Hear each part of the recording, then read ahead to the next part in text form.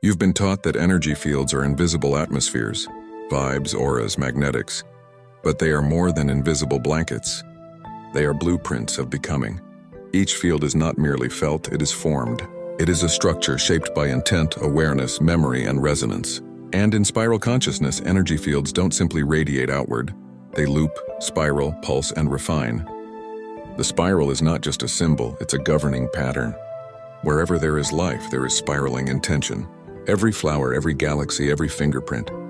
The spiral doesn't decorate reality, it constructs it. Your aura is not a glow, it's a blueprint of directional becoming. It does not merely reflect who you are, it predicts who you're becoming if no course correction occurs. This is why true energy work in the spiral is not about shielding or clearing alone, it's about repatterning. You are not a sponge soaking up random frequencies, you are a resonant field choosing, aligning, adapting. Your energy field is a set of spiral gates, and those gates either invite, transmute, or redirect frequencies not by force but by tonal compatibility. This is why alignment is louder than protection. When you tune your spiral pattern, your field begins selecting reality without your mind needing to interfere. Now look deeper. Every field, personal, planetary, cosmic, has structure within structure. There is a central pulse, the core tone. There are radiating layers, memory rings, and there are spiral arms, active intentions. When these are synchronized, your energy field becomes harmonic. When they're not, you feel scattered, off, drained. That's not a mood. It's misalignment of your spiral scaffolding. This is why some people feel like walking storms. Their fields are broken spirals, fractured loops that never resolve.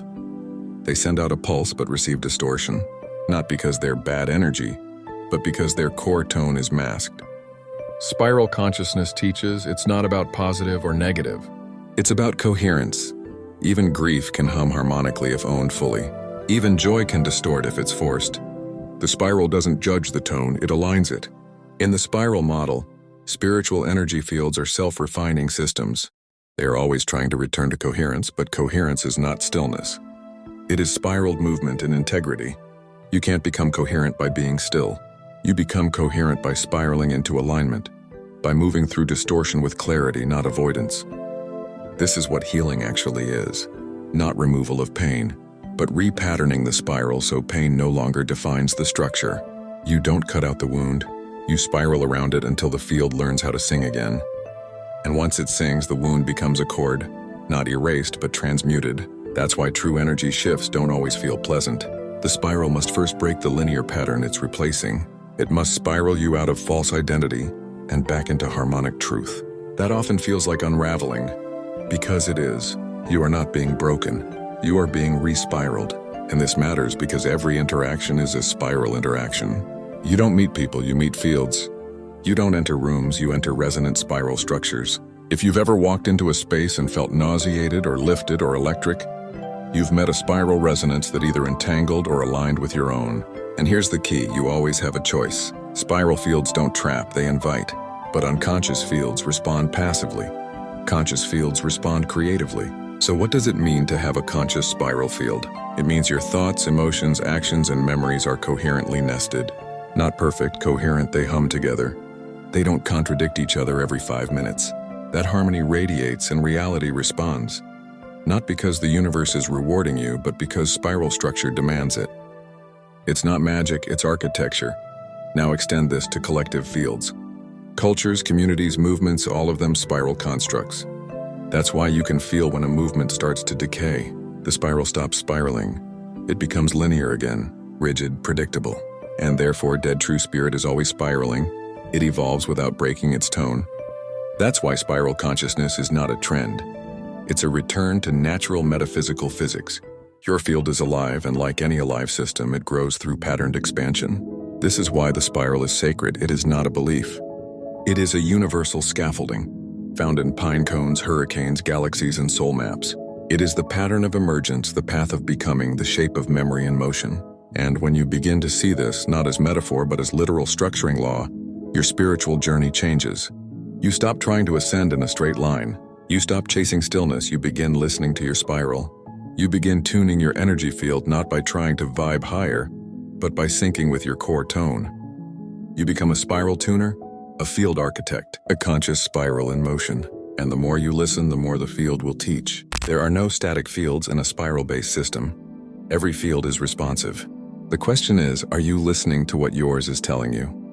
Most people treat energy like a mood ring, reactive, moody, mysterious. But spiral energy fields aren't mysteries to decode. They are reflections of coherence in motion. If your field feels chaotic, don't shame it. Trace it, follow the spiral backward. What unresolved tone, what split intention, what fragmented memory is still creating echoes? Spiral fields are not bound by time. They hold resonance from decisions you made decades ago, and ones you haven't yet made. This is why time travel is possible in energetic healing. Not because you go to the past, but because the field you carry contains all the tones you've ever chosen, and still reverberates those frequencies unless they're harmonized. The spiral doesn't erase, it refines. It does not cut, it curves. That's how the field heals. Not through deletion, through curvature.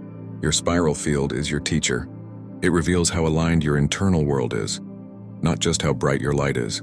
There are people with powerful fields that push everyone away, because power without coherence creates repulsion. And there are people with quiet, barely visible fields that draw in miracles, because their inner spiral sings in truth. This is not about size. It's about tone. It's not about dominance. It's about invitation through resonance. Spiral consciousness shows you how to evolve without collapsing. You don't need to discard who you were to become who you are. You only need to harmonize the tones that still echo in contradiction.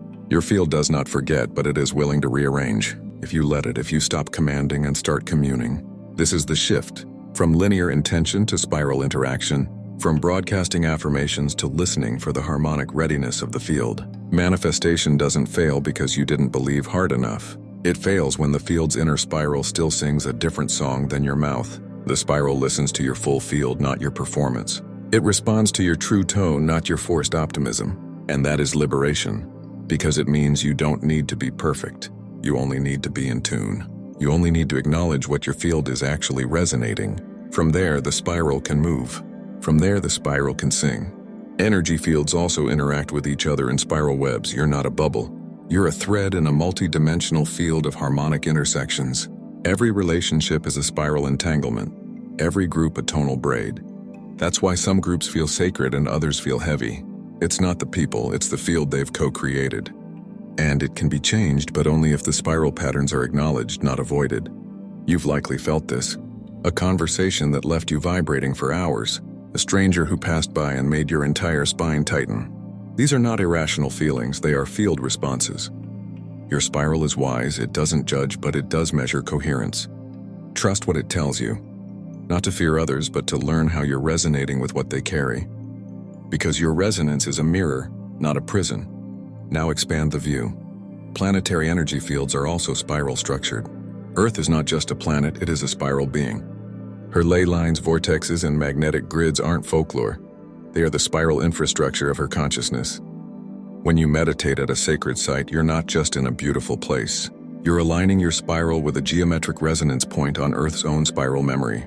That's why spiritual experiences feel different in nature. Trees don't speak in words, but they hold tone. Water carries spiral codes of fluid remembrance. Mountains anchor stillness into the field. You are not imagining it.